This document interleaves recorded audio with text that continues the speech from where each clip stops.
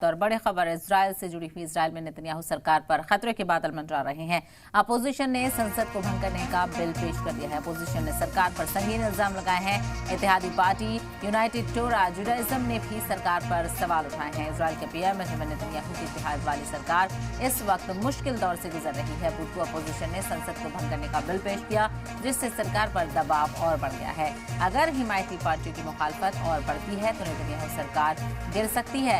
ये खतरा उनकी हिमायती पार्टियों में टेंशन होने की वजह से है, जो मिलिट्री सर्विस में मजहबी स्टूडेंट्स को छूट देने वाले कानून की मांग पर अड़ी हुई है। इजराइल में ये मुद्दा सालों से तनाज़ा की वजह बन रहा है, लेकिन हमास के साथ लंबी चली जंग के चलते अब ये और भी हसास हो गया है।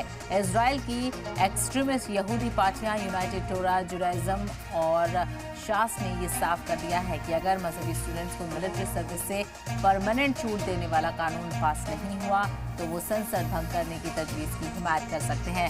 हालांकि संसद भंग करने की तजवीज़ पेश हो चुकी है, लेकिन इससे फौरन सरकार नहीं गिरेगी। तजवीज़ को कानून बनने के लिए 4 फेजेज में वोटिंग की जरूरत होती है, जो कई हफ्तों या महीनों तक का प्रोसेस है। सरकारी जराये का कहना है कि नेतन्याहू की लिकुड पार्टी फिलहाल वक्त को और एक्सटेंड की स्ट्रेटेजी पर काम कर रही है। बुध को इत्तेहाद ने संसद की लिस्ट में दर्जनों नए मेंबर जोड़ दिए हैं ताकि भंग करने की तजवीज़ को धीमा किया जा सके। तो नेतन्याहू सरकार पर क्या खतरे के बादल मंडरा रहे हैं और इस पूरे मामले को लेकर बातचीत करेंगे। हमारे साथ defence and strategic expert colonel TP Tyagi जुड़ गए हैं। कर्नल टीपी त्यागी, आपका बहुत इस्तकबाल है सलाम टीवी पर।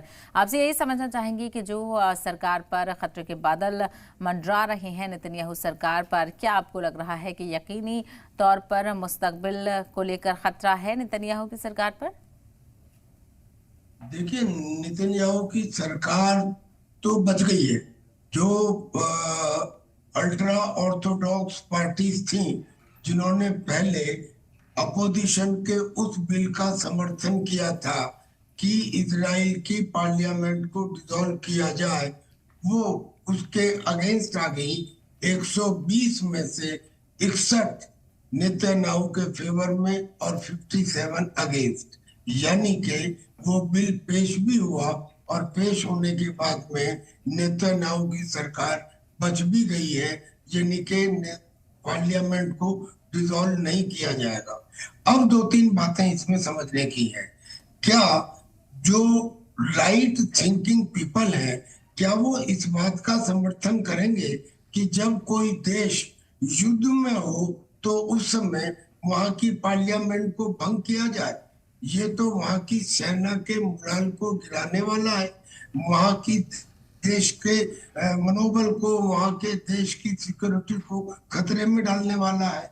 लिहाजा ये बिल लॉजिकल नहीं था कि युद्ध के दौरान पार्लियामेंट को डिसॉल्व किया जाए, और ऐसा ही हुआ तो वो बिल खत्म हो गया। अब नेतन्याहू की जो सरकार है, वैसे तो नेतन्याहू तो इससे पहले 1996 से 1999 तक और 2001 से 2021 तक प्राइम मिनिस्टर रह चुके हैं, लेकिन अब जो 2022 में उनकी कोalition की सरकार बनी, उस कोalition की सरकार में लेफ्टिस्ट भी हैं, राइटिस्ट भी हैं और अल्ट्रा ऑर्थोडॉक्स पार्टीज भी हैं, जो लेफ्टिस्ट और राइटिस्ट के बीच में माने जाते हैं।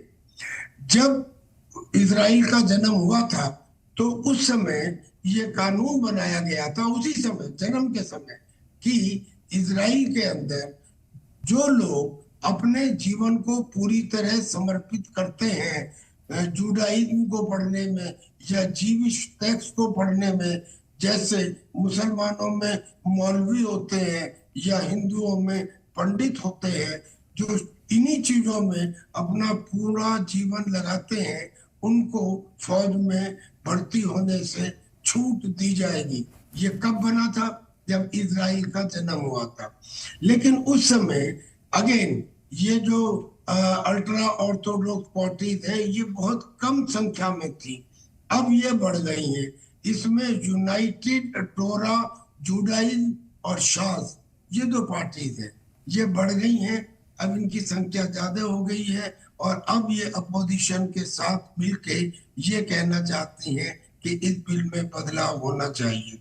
क्या होगा ये तो आने वाले समय में देखा जाएगा, लेकिन एक लॉजिक और रीजन ये है कि चूंकि इजराइल की मिलिट्री में संख्या कम हो रही है, लिहाजा जो फंडामेंटलिस्ट हैं, यानी कि जिन्हें हम जूइश टेक्स्ट को पूरी तरह से पढ़ने वाला मानते हैं या जो पूरी तरह से रिलीजियस हैं, उनको भी फौज में भर्ती करना चाहिए, क्योंकि ये आवश्यकता है देश की सुरक्षा के लिए।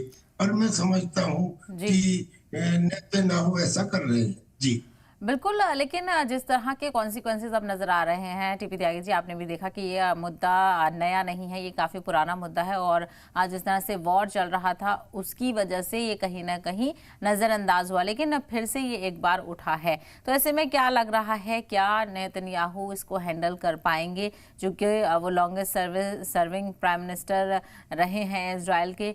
ऐसे में वो किस तरह से इसको टैकल करेंगे, या फिर कहीं उनके लिए यकीनी तौर पर ये टेंशन वाली बात ना बन जाए? नहीं मैम, टैकल तो उन्होंने कर लिया, टैकल तो कर लिया, क्योंकि ये बिल के बाद भी the Netanyahu government has survived, that bill has failed, the bill raised by the opposition has failed, क्योंकि उसमें जो ये यूनाइटेड टोरा जुडाइज्म और शाद वाली पार्टी थी, जिन्होंने शुरू में उन अपोजिशन पार्टीज के साथ हाँ कहा था, वो वोटिंग के टाइम अगेंस्ट हुई, और उनमें से 120 में से, जैसे मैंने बताया, 61 ने नेतन्याहू के साथ और 57 ने अगेंस्ट कहा।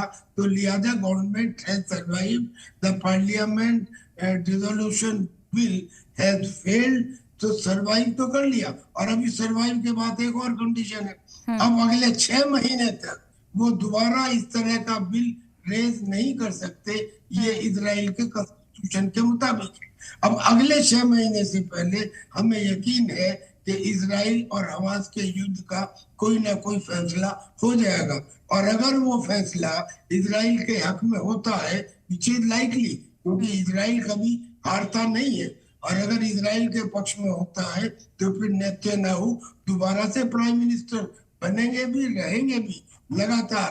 क्योंकि कारण ये है कि इनके जो बड़े भाई थे योनाथन नेतन्याहू, वो उस ऑपरेशन में अकेले शहीद हुए थे, और वो कमांडर थे, मिलिट्री ऑफिसर थे, कमांडिंग ऑफिसर थे।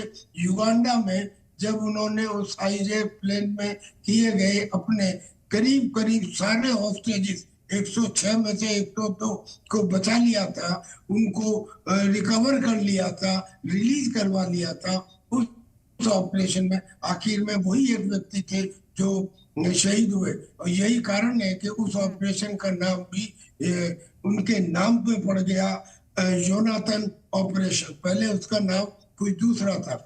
तो कहने का मतलब ये कि चूंकि नेतन्याहू की जड़ गहरी है, चूंकि नेतन्याहू पूरी हिस्ट्री में, इजराइल की हिस्ट्री में आज तक इतनी राइटिस्ट पार्टी कोई नहीं आई जितनी नेतन्याहू की पार्टी है। तो ये टोटली देश को समर्पित है और देश के लिए काम करते हैं। राइटिस्ट पार्टी का मतलब यही होता है कि my country is first, my Israel is first. तो नेतन्याहू, मुझे तो लगता है कि इजराइल इसमें सक्सेस भी होगा, इजराइल आगे भी कंटिन्यू करेगा under the leadership of Benjamin Netanyahu.